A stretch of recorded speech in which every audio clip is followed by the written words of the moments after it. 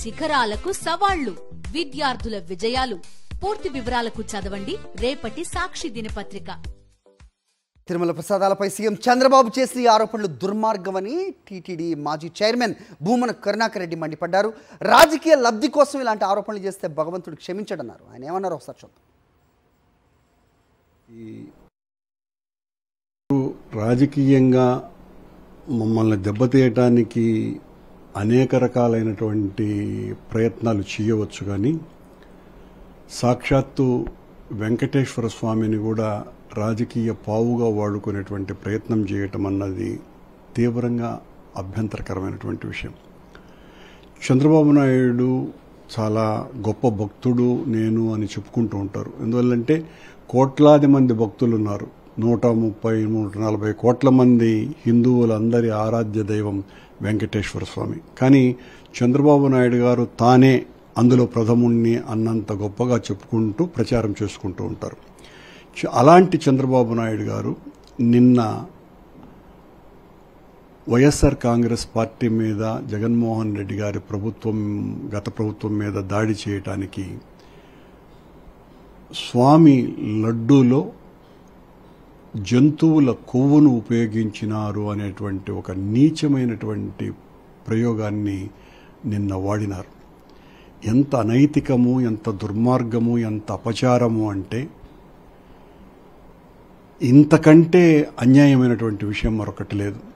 మీరు ఎన్ని ఆరోపణలు వేయొచ్చు కాక, కానీ సాక్షాత్తు వెంకటేశ్వర స్వామి లడ్డు మీద కూడా మీరు ఈ రకమైనటువంటి ఆరోపణలు చేసి రాజకీయ లబ్ధి పొందాలా అని అనుకుంటే ఇది సాధ్యమా? మొట్టమొదట ఒక్కటే అని నేను చంద్రబాబు గారికి నా సమాధానంగా చెప్తున్నా. మొదట, మీరు చేసినటువంటి ఆరోపణ నిజమైతే సాక్షాత్తు స్వయంభూ అయినటువంటి శ్రీ మహావిష్ణువు ఆ చేసినటువంటి వాళ్లను సర్వనాశనం చేస్తాడు.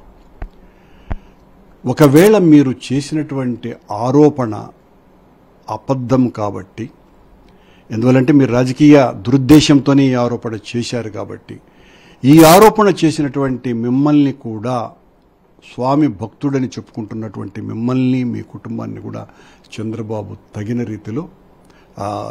గారు తగిన రీతిలో స్వామి ఖచ్చితంగా చర్య తీసుకుంటాడు. సాక్షాత్తు స్వామి లడ్డూ విషయంలోనే మీరు ఆరోపణలకు చేయటానికి దిగజారిపోయినారంటే మీ నైతిక స్థాయి ఏమని చెప్పాలనో అర్థం కావటం లేదు.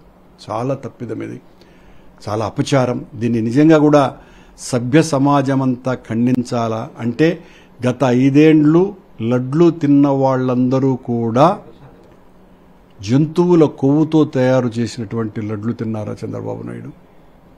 దీనికి సిగ్గన్నా ఉండాలి ఇలాంటి మాటలు మాట్లాడడానికి. ఎంత బాధాకరమైనటువంటి విషయం. అలాంటి పనికి ఎవరైనా ఉపక్రమిస్తే క్షమించేటువంటి గుణం హిందూ సమాజానికే లేదు.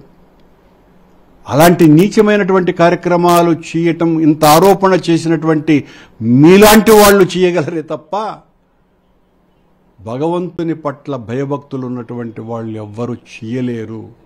దయచేసి ఆ ఆరోపణను విరమించుకోండి, వెనక్కి తీసుకోండి. హిందువులకందరికీ కూడా క్షమాపణలు చెప్పండి. వెంకటేశ్వర స్వామి ఫోటోకు వెళ్ళి మీరు రోజు కనీసం బహిరంగంగా కాకపోయినా మీ ఇంటిలోనన్న స్వామి పాదాల మీద పడి, స్వామి నేను తప్పు చేశాను, నన్ను క్షమించు అని భగవంతుడిని ప్రార్థించుకోండి.